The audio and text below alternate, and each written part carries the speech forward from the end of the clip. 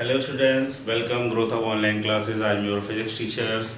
और बेटा हम लोग फिजिक्स में क्लास 9 की जो क्लास है उसमें हम लोग पढ़ रहे थे मोशन। क्या पढ़ रहे हैं? मोशन। और आज हम लोग पढ़ेंगे मोशन का 6th पार्ट। क्या पढ़ेंगे?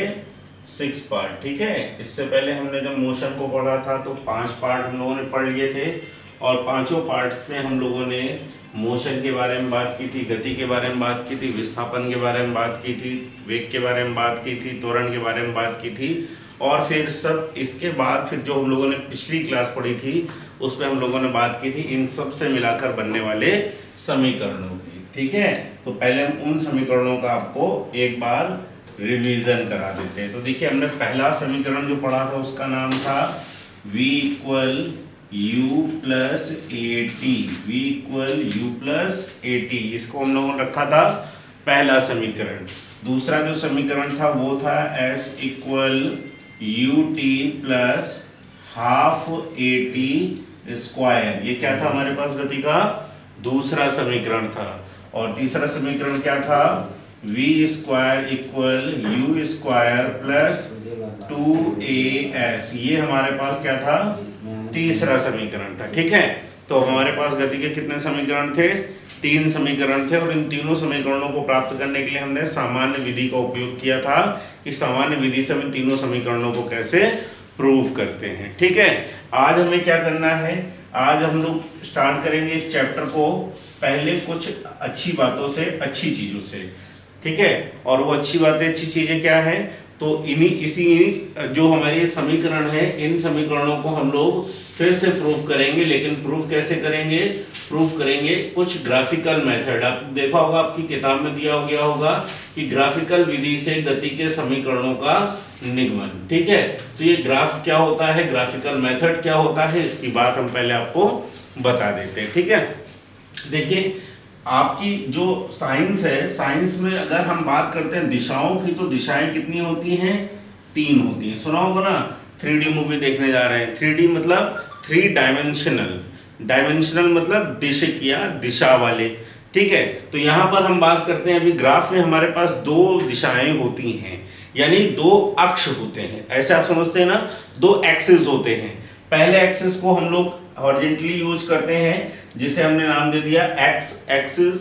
दूसरे को हम वर्टिकली यूज करते हैं, जिसका नाम हो गया वाई एक्सिस। तो हम बोलते हैं ना कि कोई ऑब्जेक्ट जो है वो एक्स एक्सिस पे मोशन कर रहा है, यानी एक्स एक्सिस पे गति कर रहा है। कोई ऑब्जेक्ट जो है वो वाई एक्सिस पे मोशन कर रहा है। तो इस तरह से हमारे पास गति की करने की, अभी हमारे पास कितनी दिशाओं की बात कर रहा है? 2।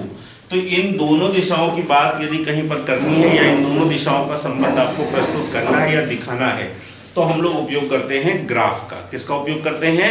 ग्राफ का।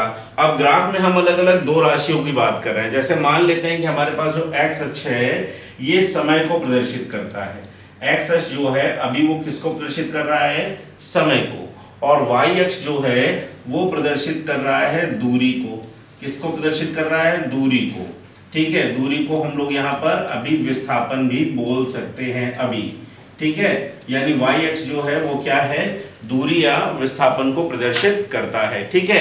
अगर इन दोनों से संबंधित आपको यहाँ पर कोई समीकरण बताना है या इन दोनों में कोई संबंध आपको बताना है, तो अब जो ग्राफ बनेगा उसका नाम होगा विस्थापन समय ग्राफ, विस्थापन या डिस्प्लेसमेंट। तो देखो यहाँ पर क्या लिखा है? S T graph. क्या लिखा है?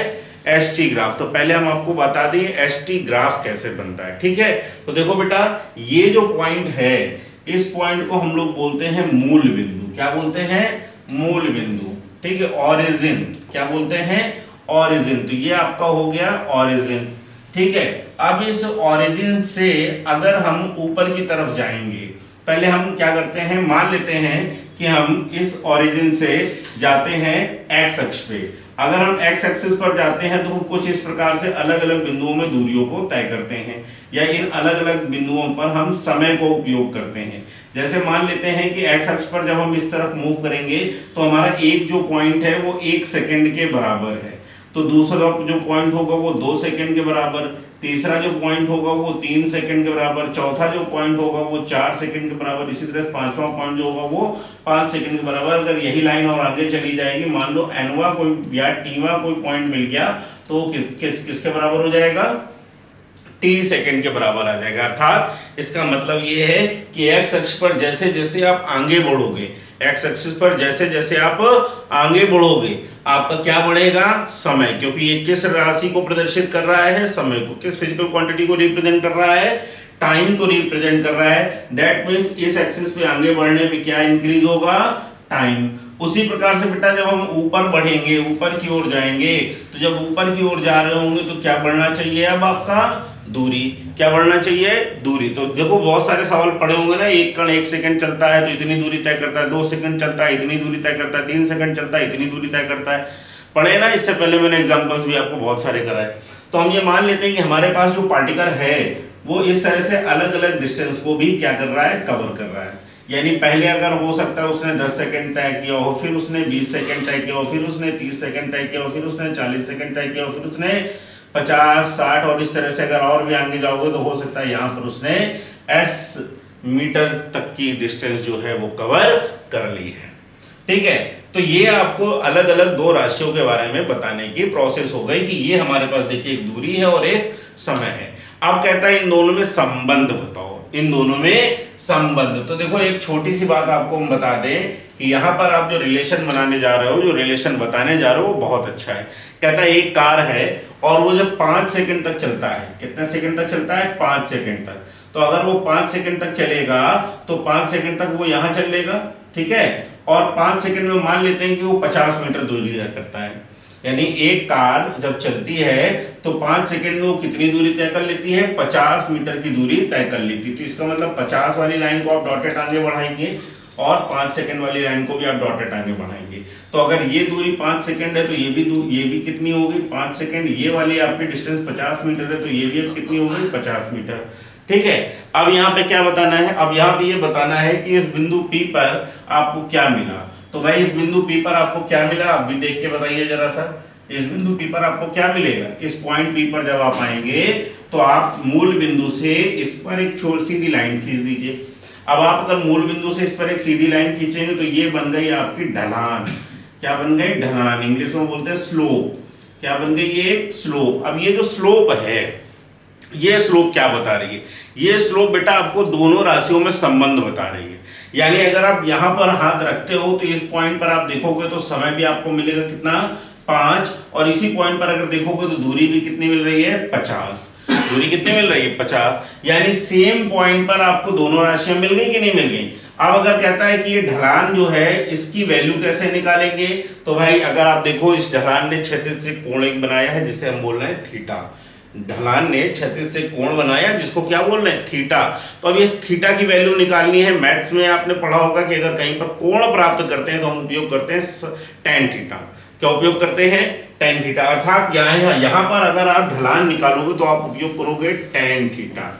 tan थीटा बराबर क्या होता है, लंब बटे आधार। tan थीटा बराबर क्या होता है, लंब बटे आधार। अब आप बताओ लंब, अभी आपको तो मान लो दे रहा है 50 मीटर, अगर नहीं दे रहा होता तो ये भुजा किसको प्रदर्शित कर रही है, S को।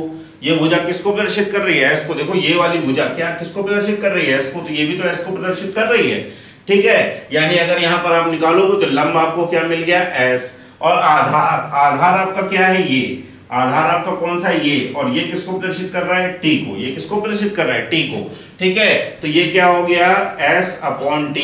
अब आप बताओ S क्या है, विस्थापन। S क्या है, विस्थापन। और T क्या है, समय। T क्या है, समय। तो विस्थापन बटे समय को आप दूसरे शब्दों में एक और वर्ड भी तो बोलते हो, एक और राशि भी तो बोलते हो, क्या बोलते हो, वेग। क्या बोलते हो, वेग। यानी अब आप ये भी बता सकते हैं जो ये ढलान होती है किस ग्राफ में, ST ग्राफ में। किस ग्राफ में, ST ग्राफ में। जो ये ढलान होती है, ये ढलान आपकी क्या प्रदर्शित कर रही होती है, वेग को। ढलान किसको प्रदर्शित करती है, वेग को। ध्यान से देख लो, ढलान किसको प्रदर्शित करेगी, वेग को, ठीक है। ढलान की वैल्यू कैसे निकलेगी, तो आप बता दोगे भाई कि लंब बटे आधार। लंब आपका यहाँ पर दूरी के बराबर है या विस्थापन के बराबर है, और आधार आपका समय के बराबर है, ठीक है। तो इसका मतलब अब आप समझ गए कि ये जो है वो हमारा है ST ग्राफ, और ST ग्राफ में हमें निकालनी होती है ढलान। ढलान होता है कोण, और कोण की जो वैल्यू होती है वो निकालेंगे लंब बटे आधार से। यानी विस्थापन बटे समय से, और विस्थापन बटे समय जो होता है यही आपका कहलाता है वेग। क्या कहलाता है? वेग। देखो परिभाषा क्या थी कि अगर यहीं पर t बराबर 1 सेकंड ले ले तो 1 सेकंड में चली गई दूरी या विस्थापन को ही हम क्या कहते हैं? वेग। क्या कहते हैं? वेग कहते हैं। ठीक है, इतनी बात समझ में आ गई कि नहीं आई? आ गई होगी। चलिए अब यहाँ पर क्या कह रहा है, यहाँ पर आपने ये भी पढ़ा होगा कि जो वेग होते हैं ये कितने प्रकार के होते हैं, है ना। तो देखो बेसिक आपको बता दें, अगर वेग हमारे पास जो होते हैं वो कुछ 2 प्रकार के होते हैं। ठीक है, वेग कितने प्रकार के होते हैं? 2। अब ये कहा जाएगा, चलिए हमने तो पढ़ लिया वेग 2 प्रकार के होते हैं, पर अब इनको ग्राफ से कैसे बताएं? तो जरा ध्यान से देखो, इसी ग्राफ को पहले देखो। पहले कण 1 सेकंड में 10 मीटर दूरी को तय करता है। ये कण 1 सेकंड में 10 मीटर दूरी को तय कर रहा है ना। ठीक है, फिर अगले 1 सेकंड में वो 20 मीटर दूरी को तय कर लेता है। फिर उसके बाद अगले 1 सेकंड में वो 30 मीटर दूरी को तय कर लेता है। फिर अगले 1 सेकंड में वो 40 मीटर दूरी को तय करता है। फिर अगले 1 सेकंड में वो 50 मीटर दूरी को तय करता है। ठीक है, यानी हर 1 सेकंड में वो 10 मीटर दूरी तय कर रहा है। हर 1 सेकंड में वो 10 मीटर दूरी तय कर रहा है। तो उसकी चाल कैसी होगी? एक समान होगी। उसका वेग कैसा होगा? एक समान होगा।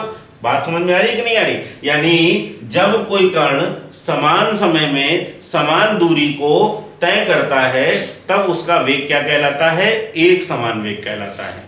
यानी जब कोई पार्टिकल सेम टाइम पर सेम डिस्टेंस को कवर करता है या डिस्प्लेसमेंट को कवर करता है तो उसकी जो वेलोसिटी होती है वो कैसी होती है? यूनिफॉर्म वेलोसिटी होती है। कैसी होती है?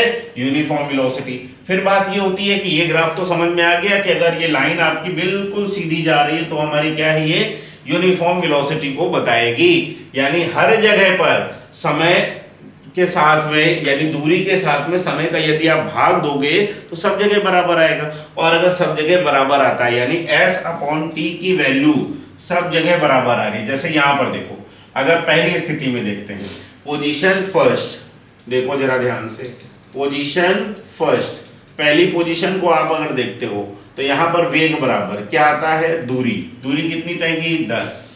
दूरी कितनी तय की? 10। कितना समय लिया? 1। दूसरी पोजीशन पे देख लो। अच्छा, यहां पर देखोगे तो चाल कितनी आ गई या वेलोसिटी कितनी आ गई? 10 मीटर पर सेकंड। लेकिन दूसरी पोजीशन पे देखोगे तो कितनी डिस्टेंस कवर कर रहा है? 20 मीटर। कितना सेकंड ले रहा है? 2 सेकंड। यानी कितनी आ गई फिर से? 10 मीटर पर सेकंड। ये पहली पोजीशन में वेलोसिटी थी, ये दूसरी पोजीशन में वेलोसिटी आ गई। चलिए तीसरी पोजीशन को देखते हैं। अब यहाँ पे जब हम देखते हैं तो यहाँ पर आपको दिख रहा है डिस्टेंस कितनी कवर कर रहा है? 30 मीटर। टाइम कितना ले रहा है? 3 सेकंड। तो यहाँ पर वेलोसिटी कितनी आ गई? 3 मीटर पर सेकंड। अगर इसी तरह से आप एनवी की निकालते तो ये एसएन होता, अपॉन में क्या आता है? टीएन आता, और इसकी वेलोसिटी भी कितनी मिलती? 10 मीटर पर सेकंड। क्यों? क्योंकि ये क्या है? यूनिफॉर्म मोशन है। ये क्या है? यूनिफॉर्म मोशन, ये यूनिफॉर्म वेलोसिटी है। बात समझ में आ गई? तो यूनिफॉर्म वेलोसिटी समझ में आ गई। क्या होगा कि जब कोई पार्टिकल सेम टाइम पर सेम डिस्टेंस को कवर करता है तो उसकी वेलोसिटी क्या होगी? यूनिफॉर्म वेलोसिटी होती है। ठीक है, अब इसके बाद क्या बताया जाए? अब इसके बाद ये भी बता दिया जाए कि नॉन यूनिफॉर्म वेलोसिटी का ग्राफ कैसा होता है। नॉन यूनिफॉर्म वेलोसिटी का ग्राफ कैसा होता है? ठीक है, तो देखिए ग्राफ तो यही आपका बनेगा जो अभी बना है, जिसको आपने क्या नाम दिया है? ST graph. क्या नाम दिया है? ST graph. ठीक है, तो देखो हमने ये एक एक्सिस ड्रॉ किया जिससे अभी हम क्या बोल रहे थे कि ये डिस्प्लेसमेंट को बताएगा यानी विस्थापन को बताएगा, और ये एक ग्राफ हमने ड्रॉ किया जो किसको बताएगा? समय को बताएगा। अब क्या है, नॉन यूनिफॉर्म मोशन की डेफिनेशन क्या होती है कि जब कोई पार्टिकल सेम टाइम पर अलग अलग डिस्टेंस को कवर करता है, सेम टाइम पर अलग अलग डिस्टेंस को कवर करता है, तब उसका जो मोशन होता है वो कैसा होता है? नॉन यूनिफॉर्म मोशन होता है। तो देखो ये हमारा क्या था? ओरिजिन था, मूल बिंदु था, और ये लाइन हमने ड्रॉ कर दी। अब ये जो लाइन है वो स्लोप नहीं है, स्लोप नहीं है यानी ढलान नहीं है, है ना। ये क्या है? कर्व है। ये क्या है? कर्व है, एक वक्र है। अगर ये कर्व है यानी वक्र है तो अब जरा ध्यान से देख लो, इस पर भी हम कुछ प्रूफ कर सकते हैं क्या? मान लो कि पहला कण जो है वो 1 सेकंड में यहाँ पर, 2 सेकंड में यहाँ पर, 3 सेकंड में यहाँ पर, 4 सेकंड में यहाँ पर, 5 सेकंड में यहाँ पर। ये दूरी हो गई 1 सेकंड, ये दूरी हो गई 2 सेकंड, ये दूरी समय हो गया 3 सेकंड, ये समय हो गया 4 सेकंड, ये समय हो गया 5 सेकंड का। ठीक है, डिस्टेंस को देखो, ये दूरी हो गई 10 मीटर, ये दूरी हो गई 20 मीटर, ये दूरी हो गई 30 मीटर, ये दूरी हो गई 40 मीटर, ये दूरी हो गई 50 मीटर। अब आप बाय देखिए जरा ध्यान से, पहले 1 सेकंड में इसने 10 मीटर की डिस्टेंस को कवर किया, अगले 1 सेकंड में इसने 20 मीटर की डिस्टेंस को कवर किया, अगले 1 सेकंड में लेकिन इसने 30 मीटर की डिस्टेंस को कवर नहीं किया, फिर अगले 1 सेकंड में इसने 40 मीटर की डिस्टेंस को भी कवर नहीं किया, फिर अगले 1 सेकंड में इसने 50 मीटर की डिस्टेंस को भी कवर नहीं किया। यानी अब अगर आप ध्यान से देखो तो ये जो ऑब्जेक्ट है वो सेम टाइम पर अलग अलग डिस्टेंस को कवर कर रहा है। यानी सेम टाइम मतलब समान समय में अलग अलग दूरी को क्या कर रहा है, तय कर रहा है। तो ऐसी गति जहां भी होती है, इस प्रकार से गति जहां भी होती है, वो गति क्या कहलाती है, असमान गति। क्या कहलाती है, असमान गति। हिंदी में बात करेंगे तो इसे बोलेंगे नॉन यूनिफॉर्म मोशन। ये क्या है, नॉन यूनिफॉर्म मोशन है। यानी इसके लिए v बराबर s/t तो होगा, लेकिन हर बार इक्वल नहीं होगा। यानी v1 नॉट इक्वल v2 होगा। यानी पहले वाले में हमने क्या बताया था, v1 इक्वल v2 होगा, इक्वल v3 होगा, इक्वल v4 भी हो सकता है। लेकिन इसमें v1 not equal v2, not equal v3, not equal v4 होगा। क्यों? क्योंकि बेटा ये कैसा है, नॉन यूनिफॉर्म मोशन है। यानी इसमें हम लोग किसकी बात, इसमें हम लोग समान समय में समान दूरी को तय नहीं कर रहे हैं। बात समझ में आ गई कि नहीं आई? ठीक है, तो ये अभी आपका जो चल रहा था वो क्या चल रहा था, एसटी ग्राफ। क्या चल रहा है ये, एसटी ग्राफ। एसटी ग्राफ में क्या होता है, विस्थापन और समय का ग्राफ होता है। इसमें एक ढलान निकलती है, और अगर ढलान आपकी कैसी है, सीधी है, तो ये क्या बताएगी, एक समान चाल को बताएगी। ढलान यदि आपकी सीधी है तो ये किसको बताएगी, एक समान चाल को बताएगी। और ढलान अगर सीधी नहीं है, कर्व में है, तो ये आपको कैसी बताएगी, असमान चाल को बताएगी। किसको बताएगी, असमान चाल को बताएगी। यानी नॉन यूनिफॉर्म मोशन को ये क्या करेगी, रिप्रेजेंट करेगी। दोनों बातें समझ में आ गई कि नहीं आई? ठीक है, स्क्रीनशॉट ले लीजिए इसका, और इसके बाद आगे देखते हैं। ले लिया? चलिए, तो अब अगली बात करते हैं एक और ग्राफ के बारे में, जिसका नाम क्या है, वीटी ग्राफ है। जिसका नाम क्या है, वीटी ग्राफ है। तो ये वीटी ग्राफ क्या होता है, इसको भी थोड़ा समझ लेते हैं। ठीक है, देखिए v माने होता है वेलोसिटी, t माने होता है टाइम। तो इस बार आप जो ग्राफ बनाओगे वो किसके किसके बीच में होगा, वेलोसिटी और टाइम। हिंदी में बात करेंगे तो वेग और समय का ग्राफ, वेग और समय का ग्राफ। इससे पहले क्या पढ़ा था, इससे पहले हमने पढ़ा था विस्थापन और समय का ग्राफ। तो वेग और समय के ग्राफ में क्या होता है, तो भाई देखो एक्सिस तो हमको दो ही ड्रॉ करने पड़ेंगे। एक एक्सिस जो होगा वो x होगा, और एक एक्सिस जो होगा वो y होगा। इस बार भी x एक्सिस जो है वो समय को प्रदर्शित करेगा, पर इस बार जो y एक्सिस होगा वो समय को प्रदर्शित नहीं करेगा। वो किसको प्रदर्शित करेगा, वेग को, यानी वेलोसिटी को रिप्रेजेंट करेगा। किसको रिप्रेजेंट करेगा, वेलोसिटी को। तो आप जरा ध्यान से देखिएगा, यहां पर जब हम वेलोसिटी की बात करने जा रहे हैं तो क्या होगा, पहले टाइम को देखते हैं। तो टाइम हमारा जो है वो उसी तरह से आगे बढ़ेगा। मान लेते हैं पर्टिकुलर एक एक सेकंड पर आगे बढ़ रहा है। ये 1 सेकंड, ये 2 सेकंड, ये 3 सेकंड, ये 4 सेकंड, ये 5 सेकंड, ये 6 सेकंड हो गया। ठीक है, अब अगर यहीं पर हम बात करते हैं तो ऊपर जाने पे क्या बढ़ेगा बेटा, ऊपर जाने पे वेग बढ़ेगा। बढ़ेगा या घटेगा, ऐसी जहां पर बातें मिलती है उसे बोलते हैं परिवर्तन। क्या बोलते हैं, परिवर्तन। परिवर्तित होगा, बढ़ेगा मतलब परिवर्तित हो रहा है, घटेगा मतलब परिवर्तित हो रहा है। ठीक है, तो हम मान लेते हैं कि ये जो मूल बिंदु है, यहाँ पर वेग भी 0 है और यहाँ पर आपका समय भी 0 है।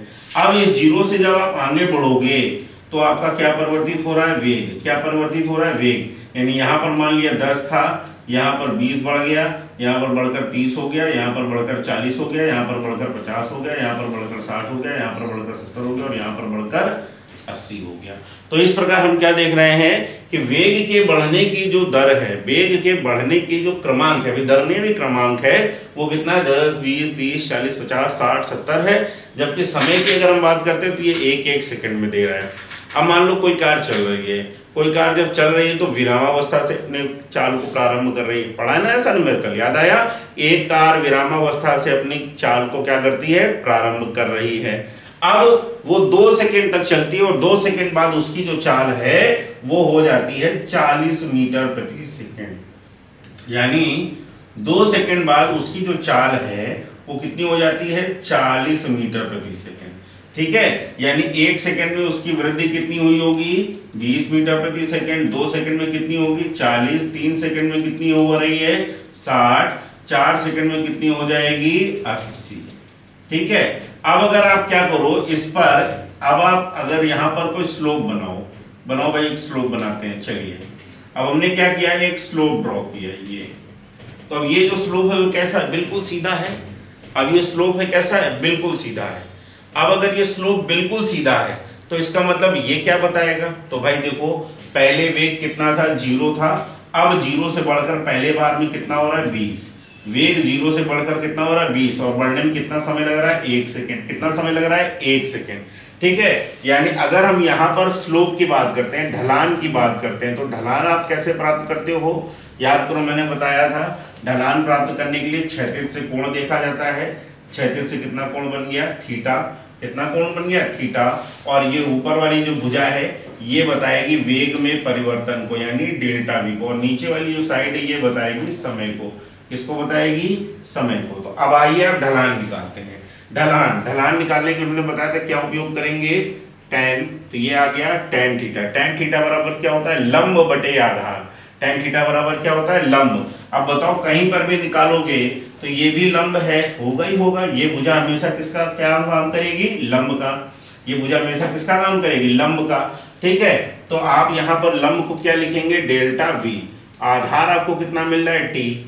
ठीक है, अब आप बताओ वेग परिवर्तन। डेल्टा वी क्या है? वेग परिवर्तन, यानी अंतिम वेग माइनस प्रारंभिक वेग, last final velocity minus initial velocity, और अपॉन में टाइम। तो ये क्या बन गया? ये बन गया आपका त्वरण। क्या बन गया? त्वरण। यही तो आपका त्वरण है। ये क्या है? आपका त्वरण। अब अगर त्वरण और अच्छे से ज्ञात करना है तो भाई आपको पता है कि यहाँ पर जो भी त्वरण उत्पन्न हो रहा है उसको प्रदर्शित कर रहे हैं ए से। अंतिम वेलोसिटी को हम क्या बोलते हैं? वी। प्रारंभिक वेलोसिटी को क्या बोलते हैं? यू। यानी डेल्टा की जगह पर क्या आ जाएगा? डेल्टा वी की जगह पर वी माइनस यू। और कितना समय लग रहा है? टी। तो देखो ये त्वरण का सूत्र बना कि नहीं बना? ठीक है, यानी final velocity minus initial velocity upon time. ये क्या बन गया आपका? ये बन गया आपका त्वरण। ये क्या बन गया आपका? त्वरण। अब थोड़ी सी बात को आगे बढ़ाते हैं। ठीक है, थोड़ा ध्यान से देखना। अब इसके बाद जब हम आगे बढ़ते हैं तो हम क्या करते हैं, यहाँ पर एक नई बात आपको बता रहे हैं, वो बहुत ध्यान से देखना। वो नई बात क्या है? वो नई बात ये है कि इसमें एक और भाग आपको मिल रहा है, और वो भाग क्या है? वो भाग ये है, यानी अगर हम बात करते हैं यहाँ पर, तो आप जब गति को देखोगे, जब गति हो रही होगी तो कण कुछ ना कुछ एक क्षेत्रफल को तय करेगा। ये वाला भाग दिख रहा है?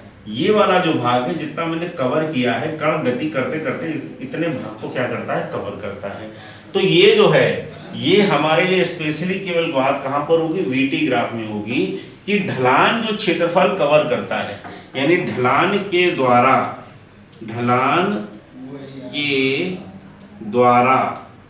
अर्जित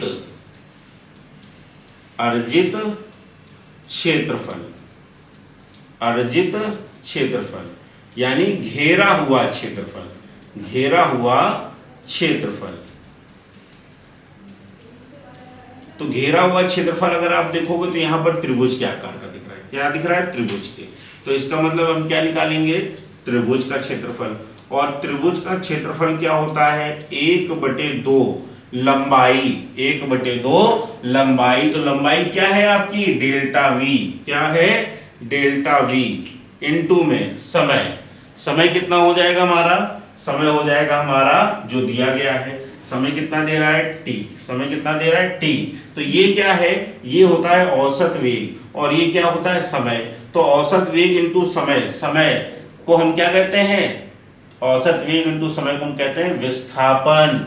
क्या कहते हैं, विस्थापन। तो इसको बहुत ध्यान से देखना, यहाँ पर आपको क्या मिल गया, अब एक नई चीज मिल गई कि जो घेरा हुआ क्षेत्रफल है, इस घेरे हुए क्षेत्रफल को हम यहाँ पर बोलेंगे विस्थापन। अगर कण गति कर रहा है तो कुछ ना कुछ दूरी तय कर रहा होगा, तो यहाँ पर जो दूरी तय कर रहा है वो कितनी है, 1/2 डेल्टा v इंटू में स्मॉल t।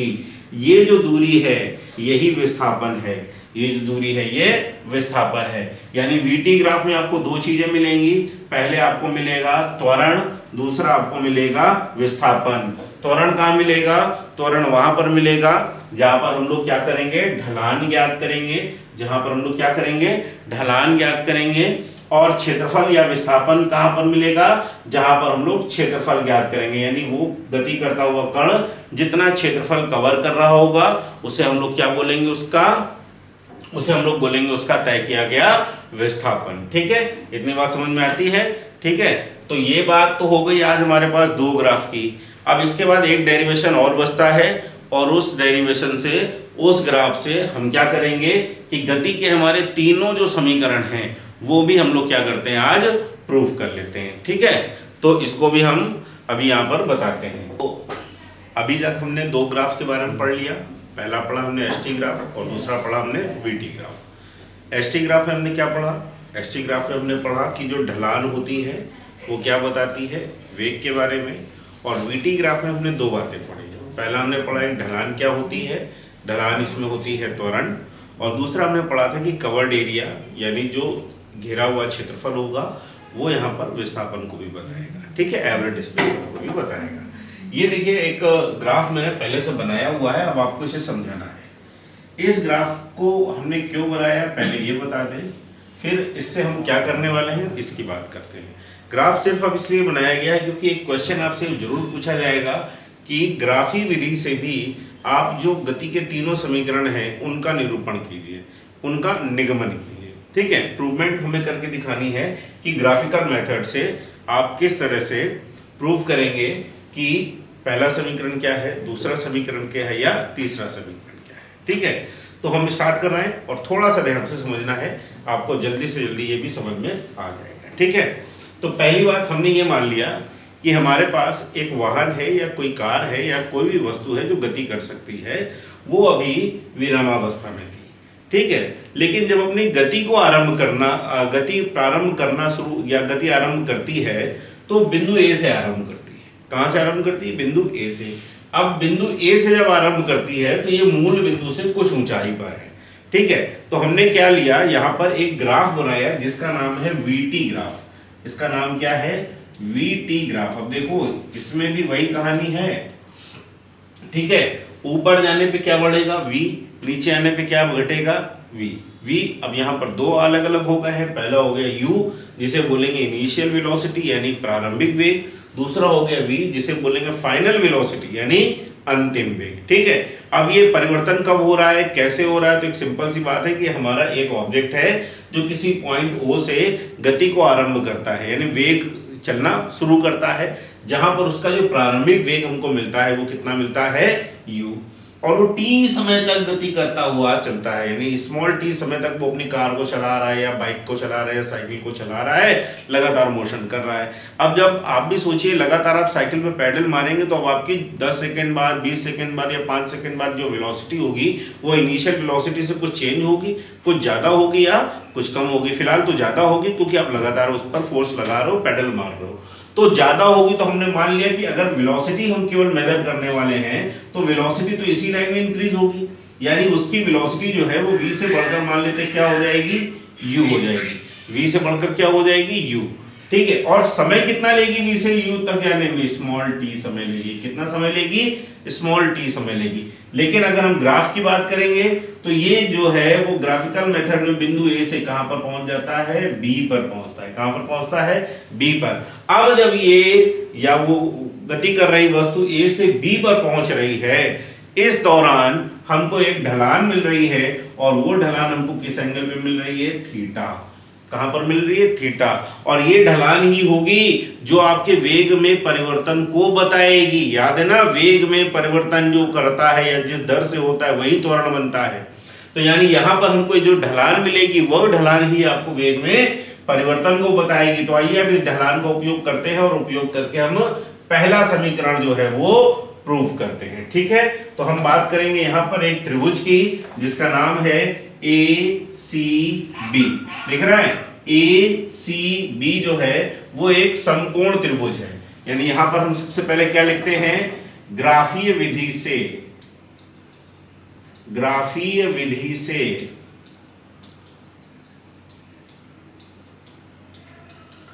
गति के समीकरण का निगमन। अब ग्राफीय विधि से आपको गति के समीकरण निकालने हैं। अब इसमें नंबर फर्स्ट जो है वो हमको क्या प्रूफ करना है, प्रथम समीकरण। क्या प्रूफ करना है, प्रथम समीकरण। तो पहला समीकरण क्या होता है, जो भी होता हो प्रूफ करके बताना है हमको।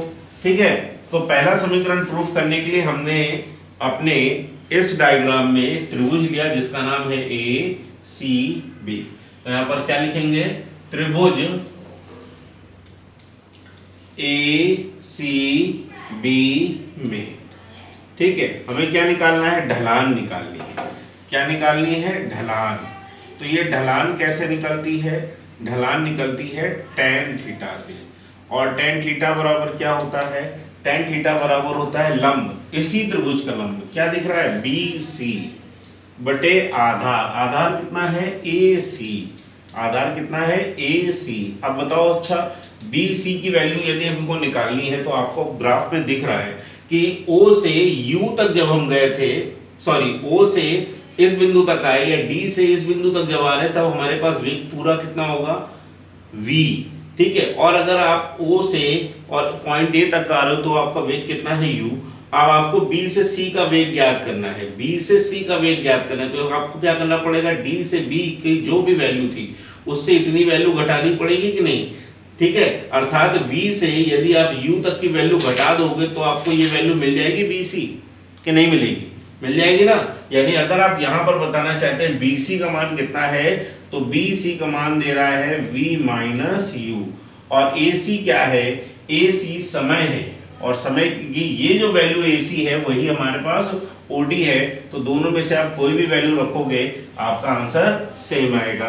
फिर अभी हमने क्या बताया कि tan थीटा जो होता है यही क्या बनता है, त्वरण। क्या बनता है, त्वरण। देखो, वेग में परिवर्तन बटे समय, परिभाषा से पढ़ लो, वेग में परिवर्तन बटे समय। तो ये क्या हो गया, त्वरण, यानी V माइनस U अपॉन में क्या आ गया, T। V minus U upon में क्या आ गया, T। अब T का मल्टीप्लाई करेंगे इधर तो V माइनस U इक्वल हम क्या लिख सकते हैं, AT। ठीक है, आपको क्या फाइंड करना था, V। तो V इक्वल क्या आ गया, U प्लस AT। ये क्या है, ये गति का पहला समीकरण है। ये क्या है, ये गति का पहला समीकरण है।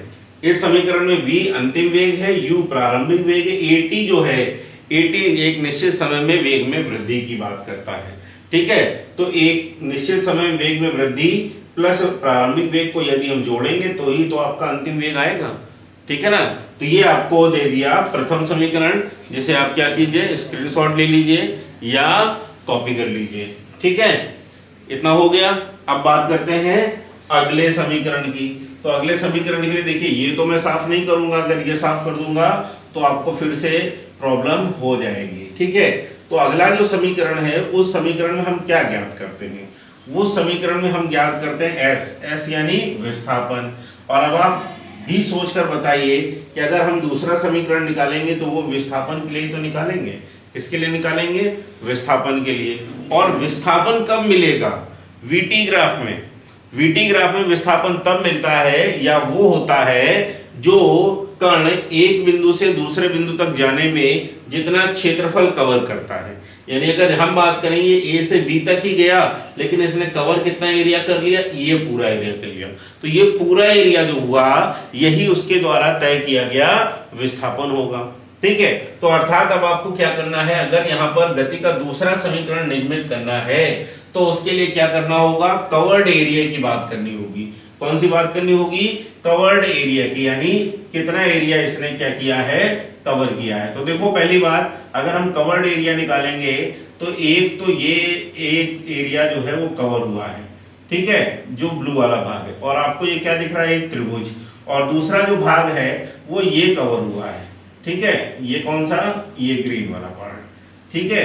तो ये क्या है, ये आपका एक रेक्टेंगुलर है यानी आयत है। तो इसका मतलब है कि आपको जो भी आकृति दे रहा है वो आकृति दो अलग अलग भागों में, हालांकि इसे ट्रेपेजियम बोलते हैं, इस पूरी आकृति को क्या बोलते हैं, ट्रेपेजियम, हिंदी में बोलते हैं समलंब, और इसका एरिया जो होता है वही एरिया आपको यहाँ पर दो अलग अलग स्ट्रक्चर के एरिया को ऐड करके मिल जाएगी। यानी अगर आप यहाँ पर तय किया गया विस्थापन ज्ञात करना चाहते हैं, यानी कितना डिस्प्लेसमेंट हुआ है इसको निकालना चाहते हैं, तो उसको कैसे निकाल सकते हैं, थोड़ा ध्यान से देख लें, ठीक है। तो यहाँ पर हम क्या लिखने जा रहे हैं, पहला तो दूसरा समीकरण निकालने जा रहे हैं, और दूसरा समीकरण जो है वो क्या है, वो होता है विस्थापन के लिए, यानी यहाँ पर लिखेंगे द्वितीय समीकरण, ठीक है, इंग्लिश में बोलते हैं इसको सेकेंड इक्वेशन। तो सेकेंड इक्वेशन कैसे निकलेगी, सेकेंड इक्वेशन में आपको निकालना होता है विस्थापन, क्या निकालना होता है, विस्थापन। विस्थापन अगर आप यहाँ पर फाइंड करने वाले हैं तो हमने बताया था कवर्ड एरिया, तो आपको यहाँ पर जो विस्थापन यानी S मिलेगा वो किसके बराबर मिलेगा, वो मिलेगा area of triangle ACB plus area of rectangular OACD, ठीक है। तो यहाँ पर यदि आप टोटल डिस्प्लेसमेंट फाइंड करना चाहते हैं या विस्थापन फाइंड करना चाहते हैं तो वो क्या हो गया, इक्वल, यहाँ पर क्या लिखेंगे, एरिया, क्या लिखेंगे, एरिया यानी क्षेत्रफल, किसका, पहले आप रेक्टेंगुलर लिखना चाहते हैं रेक्टेंगुलर लिख लीजिए, तो क्या आ जाएगा, एरिया ऑफ रेक्टेंगुलर जिसका नाम क्या है OA, ठीक है, CD plus area of triangle, triangle क्या है आपके पास ACB, ठीक। अब आओ जरा एरिया ऑफ रेक्टेंगुलर क्या होता है, हाइट इंटू ब्रेथ या लेंथ इंटू ब्रेथ, कोई भी दो साइडें आप क्या करिए उनका मल्टीप्लाई कर दीजिए, आपको रेक्टेंगुलर एरिया मिल जाएगा। यानी अगर यहाँ पर आप रेक्टेंगुलर एरिया फाइंड करना चाहते हैं तो ये वैल्यू आपको क्या दे रहा है, ये वैल्यू आपकी क्या है, यहाँ से यहाँ तक की वैल्यू कितनी है, U, कितनी है U, और ये वाली वैल्यू कितनी है, ये वाली वैल्यू आपको कितनी दे रहा है, स्मॉल t। अगर ऐसे नहीं लिख रहे हैं तो इसको हम क्या लिख सकते हैं OA, और इसको क्या लिख सकते हैं OD। तो यहाँ पर आप पहले लिखिए OA इंटू में क्या आ गया OD प्लस, आ जाओ अब इधर देखते हैं एरिया ऑफ ट्राइंगल, तो ट्राइंगल का एरिया क्या होता है 1/2 प्लस यहाँ पर क्या आ गया 1/2, ठीक है। ये क्या होगा नॉर्मल, नॉर्मल आपके पास कितना है BC, नॉर्मल कितना है BC, ठीक है, और इनटू में क्या होता है बेस, बेस आपके पास कितना है AC, और AC को आप क्या लिख सकते हो OD भी लिख सकते हो, AC को आप OD भी लिख सकते हो, लिख दिया, इतना समझ में आ गया कि नहीं आया। चलिए अगर आ गया तो अब देखो ध्यान से, S is equal to OA की वैल्यू कितनी थी बच्चों, OA की वैल्यू कितनी थी स्मॉल u इंटू OD की वैल्यू कितनी है स्मॉल t प्लस 1/2, BC की वैल्यू कितनी है, BC की वैल्यू कितनी है V माइनस u, कितनी है V माइनस u, तो यहां पर आ गया V माइनस u, ठीक है, और इनटू में OD की वैल्यू कितनी है अगेन स्मॉल t, ठीक है।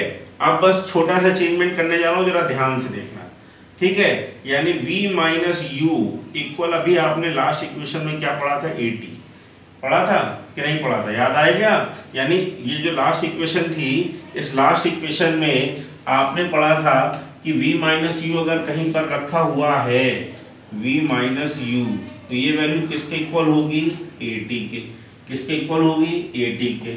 अगर ये वैल्यू इसकी इक्वल हो जाएगी तो ये पूरी वैल्यू यहाँ प्लेस की जा सकती है, ठीक है। तब S इज इक्वल टू क्या आएगा ut प्लस 1/2, यहाँ पर क्या आ जाएगा at, और मल्टीप्लाई किससे कर दें t से। तो बच्चों देखो इक्वेशन बन गई क्या, ut plus half at square बन गई। ये क्या है, ये आपका सेकेंड इक्वेशन ऑफ मोशन है, यानी गति का दूसरा समीकरण है। दिख गया कि नहीं दिख गया? ये है आपका सेकेंड इक्वेशन ऑफ मोशन, यानी गति का दूसरा समीकरण। अच्छी तरह से स्क्रीनशॉट ले लो या इसको सही से कॉपी कर लो, ठीक है। इतना अगर आपने कॉपी कर लिया है तो अब आपको यहाँ पर तीसरी इक्वेशन भी हम आपको बना के बताते हैं, ठीक है। कॉपी हो गया। चलिए देखो तीसरी इक्वेशन जो बना रहे हैं वो तीसरी इक्वेशन आपकी हम इसी इक्वेशन से बनाते हैं, यानी तीसरी इक्वेशन जो बनेगी वो भी हमारे सेकेंड इक्वेशन ऑफ मोशन से ही बनेगी। या आप यहां पर क्या कर सकते हैं, दो तरह से सॉल्व कर सकते हैं, ठीक है ना। पहले आपने क्या निकाला यहां पर, सपोज करते हैं पहले आपने यही निकाला समलंब का क्षेत्रफल, ठीक है, यानी समलंब का क्षेत्रफल यानी area of trapezium. Area of trapezium आपको क्या मिलेगा, ये है आपकी थर्ड इक्वेशन,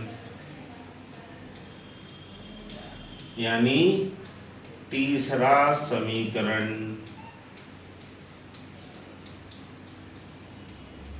तो हमने क्या बताया, इसकी इंप्रूवमेंट कहां से होगी, इसकी इंप्रूवमेंट यहीं से होगी, एरिया ऑफ ट्रेपेजियम से, ठीक है। अब आप क्या करिए, फिर से वही एरिया निकालना है जो हमारा ये एरिया रखा हुआ है, यानी पहले हमने क्या किया, पहले हमने इस रेक्टेंगुलर का एरिया फाइंड किया, फिर हमने इस ट्राइंगल का एरिया फाइंड किया। अब रेक्टेंगुलर का एरिया क्या होता है, हिंदी में अगर बात कर लें तो आयत का क्षेत्रफल क्या होता है, लंबाई गुणे चौड़ाई। अब यहाँ पर देखो OA की वैल्यू आपको कितनी दे रहा है, OA की वैल्यू आपको कितनी दे रहा है, O से A तक की वैल्यू U कितनी दे रहा है, स्मॉल u, और इनटू में आ जाओ।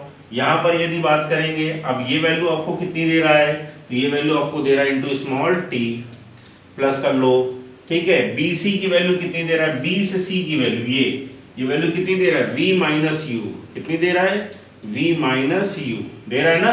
अच्छा फिर अगर बात करते हैं यहाँ पर OD की वैल्यू कितनी दे रहा है, तो OD की वैल्यू ये दे रहा है इनटू में स्मॉल t, ठीक। अब जरा देखना बहुत ध्यान से, पहले तो यहाँ से आप क्या करो, t कॉमन ले लो 1/2 लगा के, यानी अगर यहाँ से आप t कॉमन लेते हो, ठीक है, तो अब क्या मिल जाता है u प्लस 1/2, यहाँ पर आ गया v माइनस u और ब्रैकेट पर, ठीक है। आप चाहे तो 2 भी कॉमन ले लीजिए, अन्यथा आप यहाँ पर क्या ले लीजिए, एलसीएम, क्या ले लीजिए, एलसीएम। तो जब आप एलसीएम ले लेंगे तो यहाँ पर आ जाएगा t और यहाँ पर कितना आ जाएगा 2u plus v minus u और पूरे के डिवाइड बाई 2 आ गया, ठीक है। अब जरा ध्यान से देखो, 2u से u खत्म होगा तो क्या आ जाएगा, 2u से u जाएगा तो बचेगा प्लस का u, यानी s is equal to t, और यहाँ पर क्या आ गया, यहाँ पर हमारे पास वैल्यू आ गई v प्लस u और डिवाइड बाई कितना आ गया 2, ठीक। अब जरा देखो वहां पर हमने एक छोटा सा चेंजमेंट किया था, वो हम फिर से एक बार करने चाहते हैं, यानी यहाँ पर हम क्या लिख सकते हैं, v माइनस u बराबर हमने 80 लिखा था ना, तो अब हम यहाँ से अगर t को इधर भेज देंगे, सॉरी a को इधर आप भेज दोगे, तो अब t इज इक्वल टू हम क्या लिख सकते हैं, अब t इज इक्वल टू हम प्लेस कर सकते हैं v minus u upon a, so keep it here, यानी s इज इक्वल टू अब हमको मिल जाएगा v minus u upon a, और इनटू में क्या चल रहा था, v प्लस u अपॉन में क्या आएगा a, ठीक है, सॉरी अपॉन में था 2। अब क्या करेंगे, अब अगर ध्यान से देखो तो ये लिखा है एक ब्रैकेट में a प्लस b और ये लिखा है एक ब्रैकेट में a minus b, that means s is equal to v square minus u square और पूरे के अपॉन में कितना आ गया 2a, मल्टीप्लाई कर लीजिए, क्रॉस मल्टीप्लिकेशन कर लीजिए बटे में 1 लगा के, यानी क्या आ जाएगा v square minus u square equal 2as, यानी v square equal u square और प्लस का 2as हो गया। समझ में आया कि नहीं आया, ठीक है। ये आपकी है थर्ड इक्वेशन ऑफ मोशन, ठीक। अब देखो जरा ध्यान से, ये तीनों समीकरण जो मैंने आपको प्रूफ कराए हैं, ये तीनों समीकरण आपने एक सामान्य विधि से भी किए और आपने इस एक ग्राफ के माध्यम से भी इन तीनों समीकरणों का निगमन सीख लिया, ठीक है। आपको क्या करना है, आपको इस चैप्टर का पूरा चैप्टर कंप्लीट हो गया है। फिलहाल अगली क्लास आपकी हम फिर से लेंगे जिसमें हम इस चैप्टर के अच्छे न्यूमेरिकल्स भी कराएंगे, ठीक है। अब आपका होमवर्क क्या है, होमवर्क सिंपल सा है कि जो ये आपने 3 डेरिवेशन अभी पढ़े, 3 डेरिवेशन इससे पहले पढ़े थे और 2 ग्राफ पढ़े, इन सब का अच्छे से रिवीजन करना है, क्यों? क्योंकि अगर ये रिवीजन नहीं करेंगे तो न्यूमेरिकल नहीं आएंगे, है ना। तो न्यूमेरिकल पढ़ना है तो न्यूमेरिकल पढ़ने के लिए हमें क्या करना पड़ेगा? इन सब का रिवीजन करना पड़ेगा। ठीक है, तो मिलते हैं अगली क्लास में रिवीजन के बाद। बाय।